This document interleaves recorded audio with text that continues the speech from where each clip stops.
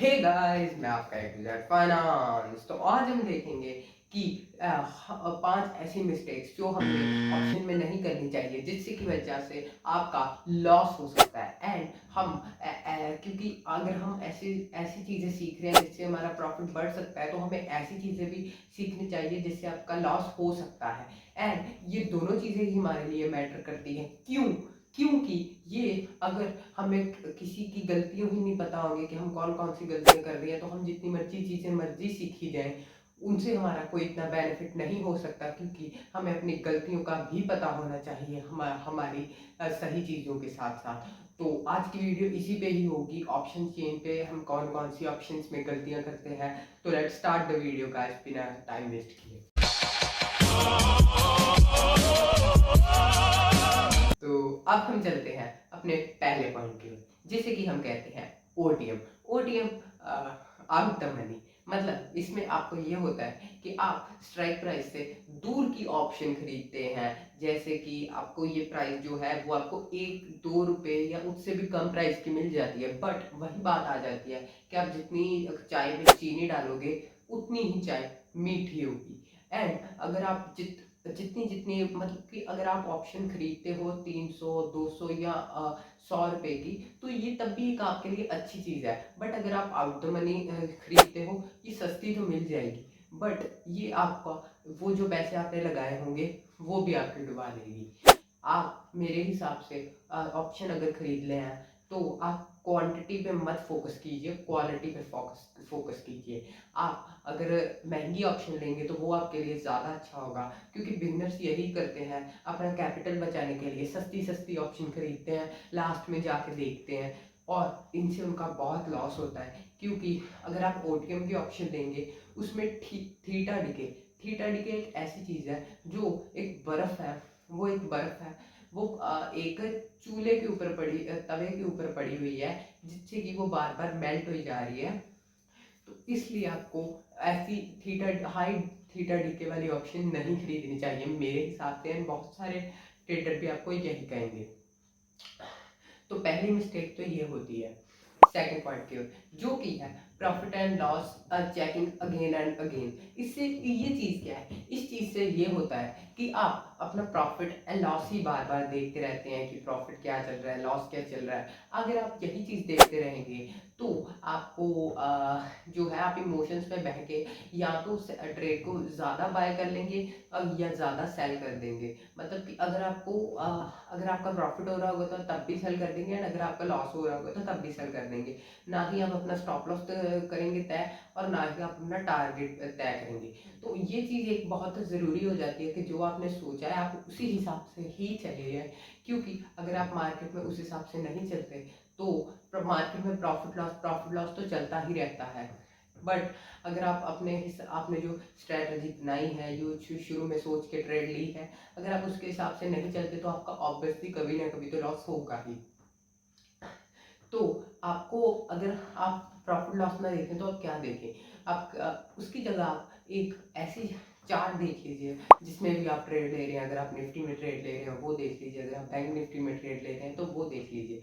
क्योंकि आपका जो भी होगा, आपके पोर्टफोलियो में आपके इमोशंस नहीं काबू में रहेंगे। बट अगर आप चार्ट देख रहे हैं तो उसमें आपका इमोशंस है काफ़ी हद तक काबू रह जाते हैं।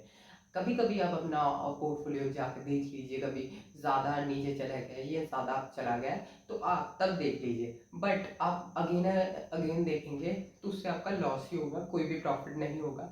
क्योंकि अगर आप देखेंगे तो ना ही उससे आपका प्रॉफिट बढ़ेगा, ना ही आपका लॉस।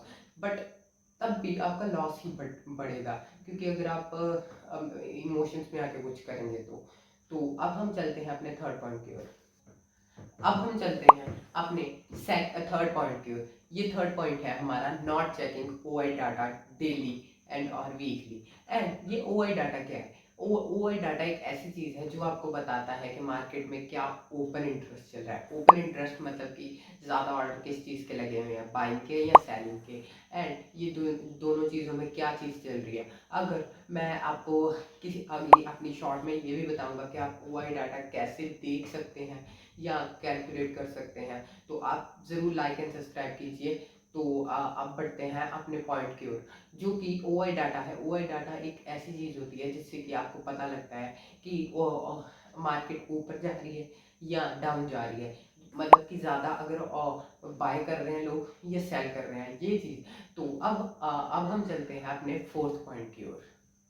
हम चलते हैं अपने फोर्थ पॉइंट की ओर। ये जो हमारा फोर्थ पॉइंट है, ये है कि लिमिट वन स्ट्रेटजी।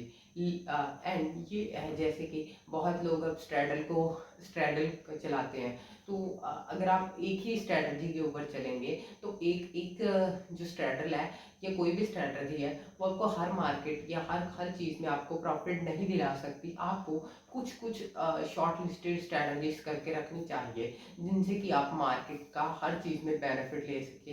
एक स्ट्रैटजी को ही मत अपना बना लीजिए कि अगर आप स्ट्रैडल यूज़ कर रहे हैं या आप आयरन फ्लैग यूज़ कर रहे हैं तो आप वही ही यूज़ करेंगे।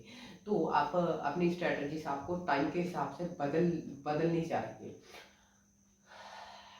चलते हैं अपने फिफ्थ पॉइंट की ओर, जो कि है ट्रेडिंग ऑप्शंस विदाउट नॉलेज। ये एक चीज़ बहुत आ जाती है कि बहुत सारे ट्रेडर्स ऑप्शन सेलिंग करते हैं बिना किसी भी चीज़ की नॉलेज लिए बिना, क्योंकि ऑप्शन सेलिंग में बहुत सारा मार्जिन भी लगता है एंड बहुत सारा मार्जिन पैसा लगता है, क्योंकि आपको लीवरेज किसी हद तक ही मिल सकती है। मार्जिन भी आप जितना मर्जी ले आइए। मार्जिन वो चीज़ होती है जो हम ब्रोकर को पे करते हैं, लीवरेज वो होती है जो ब्रोकर हमें देता है।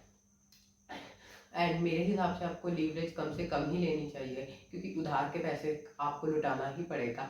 बट आप जितना कम करें लीवरेज से, उतना ही अच्छा होगा। तो अब हम चलते हैं कि ये चीज़ क्या होती है। तो ऑप्शन सेलिंग में आपको काफ़ी हाई मार्जिन मिल जाता है एंड इसमें आपको मेरे हिसाब से आपको फंड जो अपना हैज करके चलना चाहिए। एंड मैं हैजिंग की वीडियो आपको आई बटन पे दे दूंगा, आप वो देख सकते हैं कि आपको हैज कैसे कर सकते हैं। तो ये जो होता है, इससे आपका 60 to 70% जो है रिस्क जो है कम हो जाता है। आपका सिर्फ 30 to 40% का आपका रिस्क रह जाता है। आपकी वो जो हैजिंग वाली पोजीशन होती है वो आपका सब क्लियर कर लेती है आपका लॉस। तो ये चीज़ जो होती है, ये इसे हैजिंग कहते हैं। ये सेलिंग में आपको करके ही चलनी चाहिए, जिससे कि आपका मार्जिन भी कम लगेगा एंड आपका लॉस भी कम होगा एंड आपका काफ़ी चीज़ों में बेनिफिट रह जाता है, क्योंकि हैजिंग एक बहुत अच्छी चीज़ है। ऑप्शन को यूज़ भी हैजिंग के लिए ही किया जा रहा था, बट ट्रेडर्स ने इसे स्कैल्पिंग का एक तरीका बना लिया हुआ है। तो ये होती है। अब आपको ये 5 मिस्टेक्स होती हैं जो ऑप्शन ट्रेडर करते हैं, जो कि आपको नहीं करनी है। अगर आप एक अच्छे ट्रेडर बनना चाहते हैं, आप प्रॉफिट कमाना चाहते हैं।